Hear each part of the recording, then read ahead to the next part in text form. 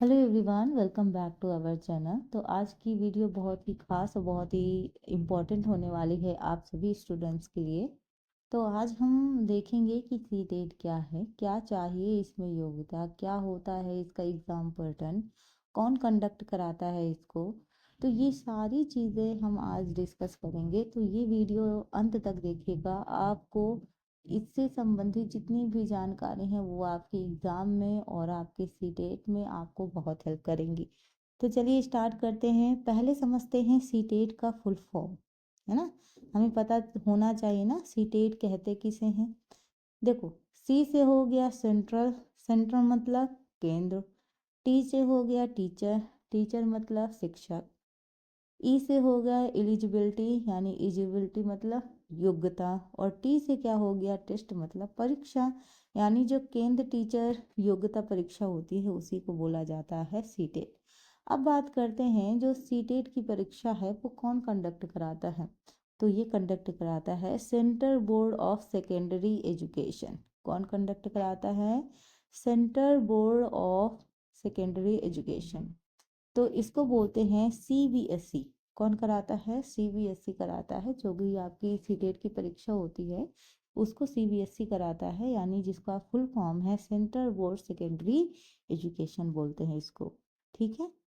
अगर बात करें, अगर हम सीटेट पास करते हैं तो यहाँ पे शिक्षक कहाँ बनेंगे। तो सीटेट का जो वैल्यू है वो टेट से ज़्यादा है, क्योंकि जो टेट होता है वो राज्य में होता है। हर राज्य अपना अपना टेट कराती है। एच टेट हो गया, एम टेट हो गया, है ना। मतलब एमपी वाली एम टेट कराती है, हरियाणा वाली एच टेट कराती है। तो ऐसे में जो टेट होता है वो राज्य स्तर का होता है, लेकिन मतलब आप राज्य के टीचर बन सकते हो।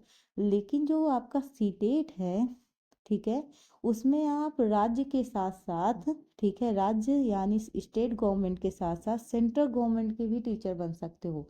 सेंट्रल गवर्नमेंट के टीचर मतलब क्या हुआ कि आप केवीएस का फॉर्म भर सकते हो, आप डीटी प्लस बी का पेपर दे सकते हो। तो सीटेट पास करने के ये फायदे हैं।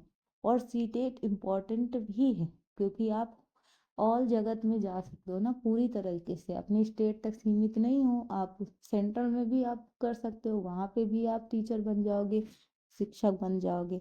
तो सीटेट बहुत ज़रूरी है। अब बात करते हैं सीटेट में दो लेवल होते हैं। दो लेवल, एक लेवल फर्स्ट जिसको बोलते हैं पीआरटी। पीआरटी में जो छोटी कक्षा वाले को आपको पढ़ाना रहता है। पीआरटी में क्या होता है, जो छोटी क्लास वाली होती है उनको पढ़ाना रहता है। यानी अगर हम बात करें तो 1 से लेकर 5 तक के जो स्टूडेंट हैं उनको आपको पढ़ाना रहता है। ठीक है। बात करें लेवल सेकेंड, यानी जो टीजीटी वाले होते हैं। तो टीजीटी मतलब जो अपर प्राइमरी स्कूल होता है, यानी अपर प्राइमरी स्कूल में 6 से 8 तक के विद्यार्थी होते हैं। ठीक है। तो ये गवर्नमेंट स्कूल ही होंगे। तो अपर प्राइमरी में जो 6 से 8 तक के विद्यार्थी होते हैं उनको क्या होता है, टीजीटी वाले पढ़ाते हैं। टीजीटी वाले 9th वालों को भी पढ़ाते हैं, ये भी बात याद रखिएगा। मतलब ऐसा ना हो कि आपके दिमाग में बस इतना हो कि 6 to 8 ही पढ़ाएंगे, उसके अलावा नहीं। 9 तक क्लास वालों को भी टीजीटी वाले पढ़ा सकते हैं। ठीक है। तो बात करते हैं एग्ज़ाम पैटर्न की, यानी जो आपका सीटेट का एग्ज़ाम है वो कितने नंबर का होता है, कितने मार्क्स होते हैं, कितना समय का पेपर होता है, ये सारी चीज़ें इसमें होती हैं। 2.5 घंटे का लगभग पेपर होता है, यानी 150 मिनट और 150 अंक। यानी 150 मिनट और 150 अंक का पेपर होता है। यानी देखो, पहले क्या होता है, बाल विकास एवं शिक्षण यानी सीडीपी एंड पेडागोजी। अब यहाँ पे सबसे ज़्यादा रोल किसका होता है? पेडागोजी का होता है। किसका होता है? पेडागोजी का होता है। आपका अगर मैं बता दूं एक चीज़ की, सीटेट पास करने का मूल मंत्र ही यही है कि अगर आपने पेडागोजी को अच्छे से पढ़ लिया तो समझ जाओ कि आपका पेपर निकल जाएगा। और उसको पेडागोजी को रटना नहीं है, उसको समझना है। अगर आपने उसको समझ लिया तो आपको बहुत जल्दी और फर्स्ट अटैम्प्ट में ही सीटेट क्लियर हो जाएगा। फिर ज़्यादा आपको फोकस नहीं करना पड़ेगा, क्योंकि देखो उसमें मैथ भी होता है। देखो आपका सीटेट में मैथ भी आती है, सीडीपी भी आती है, भाषा 1 हिंदी, भाषा 2 आप जो चूज़ करें, संस्कृत, इंग्लिश आप कुछ भी चूज कर सकते हैं। और आपका पांचवा होता है ईवीएस यानी पर्यावरण अध्ययन। जो पर्यावरण अध्ययन होता है ये 3 से 5 क्लास में होता है, ठीक है। अगर आप प्राइमरी का पेपर देते हैं तो जो पर्यावरण होता है तो इसमें क्या होता है कि 1 से कक्षा 5 तक ही पर्यावरण पढ़ाई जाती है स्कूलों में। तो यहाँ पे आपको 1 से लेकर 5 तक की जो पर्यावरण है वो पूछी जाती है। तो 15-15 जो नंबर होते हैं, ठीक है, वो हर एक सेशन में 15-15 नंबर की पेडागोजी आपको देखने को मिलेगी। यानी वेटेज सबसे ज़्यादा जो आपके सीटेट के एग्ज़ाम में होता है वो किसका होता है, आपकी पेडागोजी का होता है। देखो, आपका 30 प्रश्न आएंगे हर एक सेशन में, और वो कितने नंबर के होंगे, 30 नंबर के, यानी एक प्रश्न 1 नंबर का होगा। यानी आपको 150 क्वेश्चन मिलेंगे जो कितने नंबर के होंगे, 150। और मिनट भी कितने होंगे, 150 मिनट। यानी हर एक क्वेश्चन 1 मिनट में अटेम्प्ट करना है आपको। ये है आपका, है ना। और मैं बात करूं तो यहाँ पे जो गणित होगी वो गणित आपको बहुत टफ नहीं आती है, लेकिन उसकी जो गणित की पेडागोजी भी होती है वो थोड़ा सा वैसे टाइप की रहती है, ठीक है। भाषा 1 आपका हिंदी चूज करना रहता है। भाषा जो सेकंड है संस्कृत, इंग्लिश, जो भी आप आर्ट साइड से हो संस्कृत कर सकते हो, अंग्रेजी भी चूज कर सकते हो, कोई ऐसा नहीं है। और पर्यावरण, ये पर्यावरण आपका, ये भाषा आपका, ये गणित, और ये तो कंपलसरी है। और ये जो सेकंड है ये भी कंपलसरी है, लेकिन आपको चूज करना पड़ता है। आप वो आपकी जो फॉर्म आप भरते हो तभी आपको सिलेक्ट करना पड़ता है आप कौन सी भाषा ले रहे हो, संस्कृत ले रहे हो, इंग्लिश ले रहे हो, है ना। ये आपकी जो 1 से 5 तक का होता है, यानी फर्स्ट पेपर जो होता है, ठीक है, वो प्राइमरी लेवल वाला, उसमें आपका ये सारी चीज़ें आती हैं, ठीक है। बात करूँगी यहाँ पे जो पेपर आपका सेकंड है, जो आपका जिसमें आता है आपका विज्ञान गणित, या फिर आप सामाजिक, या तो आप विज्ञान और गणित करो या तो आप सामाजिक अध्ययन करो यानी एसएसटी करो, ठीक है। बाल विकास, इसमें भी आपको मिलेगा, यहाँ पे भी आपको पेडागोजी मिलेगी। भाषा 1 भाषा 2 यहाँ पे भी मिलेगा। यहाँ ईवीएस आपको नहीं मिलेगी, इतना चीज़ याद रखिएगा। यहाँ पे ईवीएस इसलिए नहीं मिलेगी क्योंकि यही आपका 60 नंबर का हो जा रहा है। वहाँ पे देखो हर एक जो था पेपर वो 30 नंबर का था, लेकिन यहाँ ये तीनों 30 नंबर के हैं, लेकिन इसको क्या कर दिया गया, 60 नंबर का कर दिया गया है। तो यहाँ पे बाल विकास भी सेम है, हिंदी भाषा आप एक में हिंदी चूज करेंगे, दूसरे में आप संस्कृत करेंगे या इंग्लिश करेंगे। और यहाँ पे या तो आप सामाजिक अध्ययन करेंगे या तो फिर आप गणित और विज्ञान करेंगे। जो गणित विज्ञान करेगा वो सामाजिक नहीं करेगा, जो सामाजिक नहीं करेगा, ठीक है, वो गणित विज्ञान करेगा, ऐसा टाइप है ना। तो इसके 60 नंबर रहते हैं। अब यहाँ पे अगर आपको सेकेंड पेपर क्वालिफाई करना है तो सीडीपी पे तो आपने वैसे भी ध्यान दे रखा है, शिक्षण यानी पेडागोजी आपने वैसे भी पढ़ रखी है। अब यहाँ पे सबसे ज़्यादा फोकस करना है हिंदी। वैसे भी मैं समझती हूँ कि 15-20 नंबर की आप हिंदी आराम से कर लोगे, क्योंकि हिंदी में आता है पैसेज। पैसेज में थोड़ा सा आपके नंबर गेन करने का चांस ज़्यादा होता है, क्योंकि पैसेज लिखा रहता है, हम पढ़ के उसको इजी तरीके से सॉल्व कर सकते हैं, उसमें बहुत ज़्यादा टफ नहीं होता है। बात करें सामाजिक अध्ययन और विज्ञान और गणित की, तो ये थोड़ा सा टफ आता है क्योंकि हम 6 to 8 के लिए थोड़ा सा तैयारी कर रहे हैं, तो लेवल भी उस हिसाब से ही होना चाहिए। तो अगर आपने एसएसटी में या साइंस और मैथ में अच्छे से मेहनत कर रखी है तो कोशिश यही होगी कि 60 में से 50 नंबर तो आप गेन करो ही करो, तो फिर आपका वो बैलेंस बन जाएगा। क्योंकि हमारा टारगेट ये नहीं है कि हमको 90 नंबर लाना है, हमारा टारगेट ये होना चाहिए कि हमको 130 से ज़्यादा लाना है। जब आप ये टारगेट बना के चलोगे तभी आप अच्छे नंबर गेन कर सकते हो। बस ये समझ लो कि भाई 90 नंबर में पास होता है, इतने नंबर लेके आ जाएंगे, हमारा कल्याण हो जाएगा। तो कल्याण नहीं करना बेटा। यहाँ पे आगे जाके जब सुपर टेट वगैरह और भी वैकेंसी आती हैं तो आपके ये मार्क्स काउंट होते हैं। तो जब मार्क्स काउंट होंगे भाई, जिसके नंबर ज़्यादा हैं वो जल्दी सिलेक्शन हो जाएगा उनका, फिर आप बैठे रह जाओगे 90 नंबर लेके। तो 90 नंबर में काम नहीं चलना, वो सिर्फ पास होने का है, ठीक है। चलिए आगे बात करते हैं, कितने नंबर लाने अनिवार्य हैं पास होने के लिए।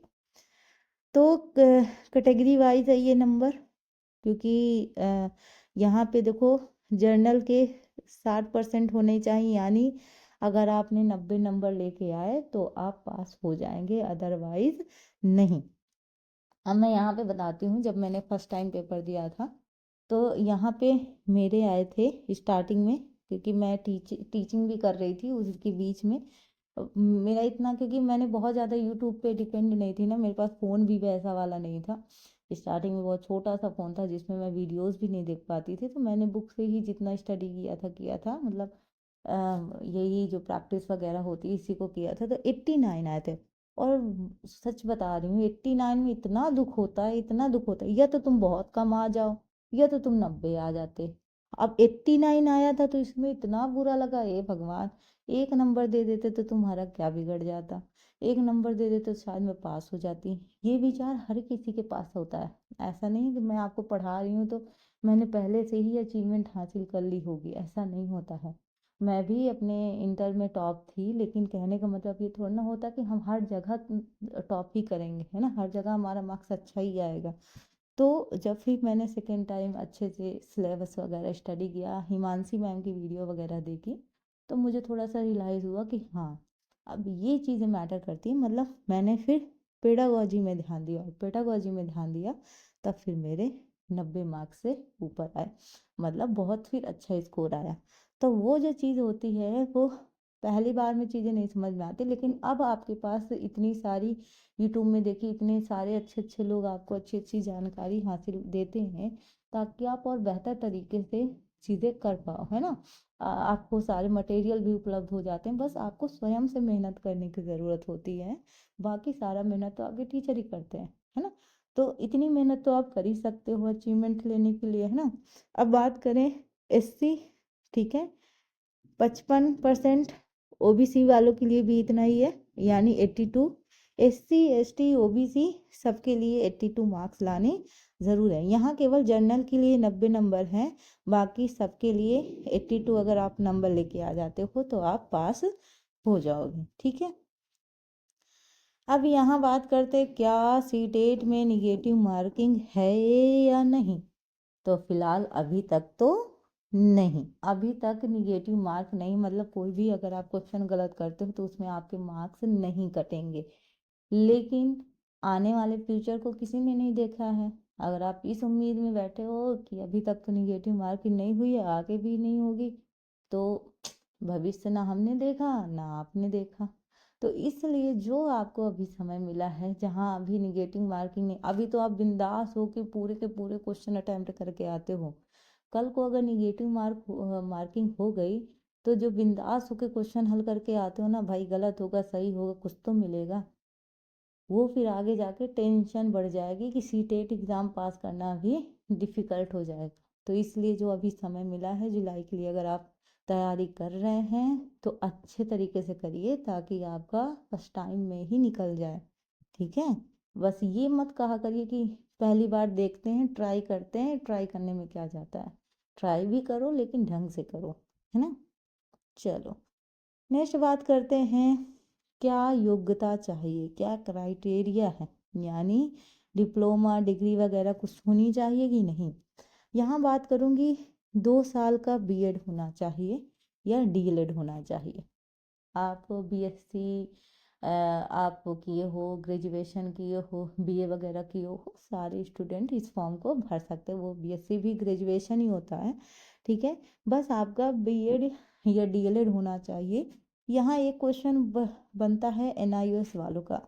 एक्चुअली एनआईओएस जो है, एनआईओएस, ठीक है, जो एनआईओएस है वो उन टीचरों के लिए कराया गया था जो लोग ऑलरेडी टीचिंग लाइन पे हैं, मतलब ऑलरेडी पढ़ा रहे हैं। उनको इतना समय नहीं था कि मतलब वो अपना कर सके। तो ये जो एनआईओएस ने कराया था, तो इसमें क्या था कि बीच में मोदी साहब ने कराया था, तो इसमें ये हुआ था कि आप संडे संडे क्लास लीजिए, फिर पेपर हुआ था। तो यहाँ लगभग मैं कह दूँ कि 18 महीने का लगभग ये कोर्स था ना, इसमें डिग्री भी मिली है। तो ये मैं इसलिए बता रही हूँ क्योंकि मैंने खुद ही एनआईओएस से ही किया है, क्योंकि मैं ऑलरेडी टीचिंग लाइन पे थी। तो जब मैं टीचिंग लाइन कर रही थी, पढ़ा रही थी, तो उस बीच ये एनआईओएस वाला आया कि आप इसके द्वारा डीलेट कर सकते हैं। तो मैंने भरा, और यहाँ पे स्कूल सोमवार से लेकर शनिवार तक चलता था। संडे को जो छुट्टी होती थी उसमें हम लोग की डीएलएड की क्लास होती थी, और हम डीएलएड की क्लास करते थे। वहाँ से बुक्स वगैरह भी प्रोवाइड हो जाती थी। एंड ये लगभग 18 मंथ का था, और उसके बाद एग्ज़ाम हुआ, एग्ज़ाम क्वालिफाई किया अच्छे मार्क्स से, और उसके बाद क्या हुआ कि हमको डिग्री भी मिली। तो ये क्वेश्चन ये उठता है कि क्या एनआईओएस वाले भी क्या कहते हैं कि अपना जो सीटेट है उसका एग्ज़ाम दे सकते हैं कि नहीं दे सकते हैं? तो बिल्कुल दे सकते हैं, और वो वैलिड भी है। ठीक है, यहाँ पे मैं एक स्पेशल वीडियो बना दूंगी एनआईओएस वालों का, अगर आप चाहते हैं तो। ठीक है, फिर मैं उस पर डिटेल से बात करूँगी ताकि आपकी चीज़ें और क्लियर हो जाएं। ठीक है, नेक्स्ट बात करते हैं, पास करने के लिए क्या पढ़ना ज़रूरी है। तो बहुत ही इम्पोर्टेंट, मैं पहले ही डिस्कस कर चुकी हूँ, पेडागोजी। ठीक है, 90 नंबर आप पेडागोजी से ही अचीव कर सकते हैं अगर आप काउंट करें तो, है ना। एमसीक्यू सॉल्व कीजिए, पीवाईक्यू देखिए। ठीक है, पीवाईक्यू देखिए। और अगर मैं बात करूँगी तो यहाँ पे आप देखो क्या क्या आप कर सकते हो।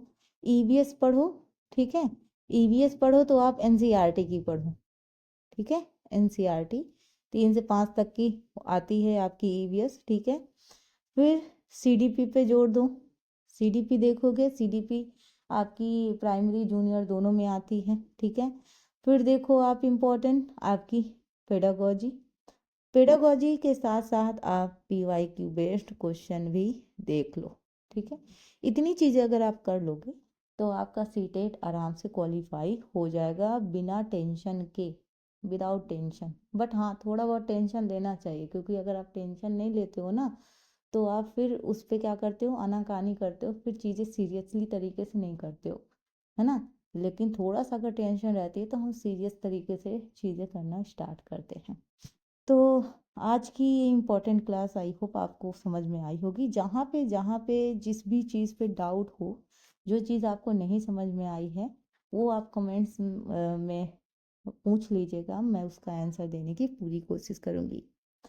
तो अगर आपको ये वीडियो पसंद आए तो आप लाइक करें, सब्सक्राइब करें, और ज़्यादा से ज़्यादा लोगों को शेयर करें, ताकि उनको भी पता चले अनब्रेकेबल प्रतिभा भी शुरू हुआ है, जो आपकी सक्सेस में आपका सहयोग करना चाहता है।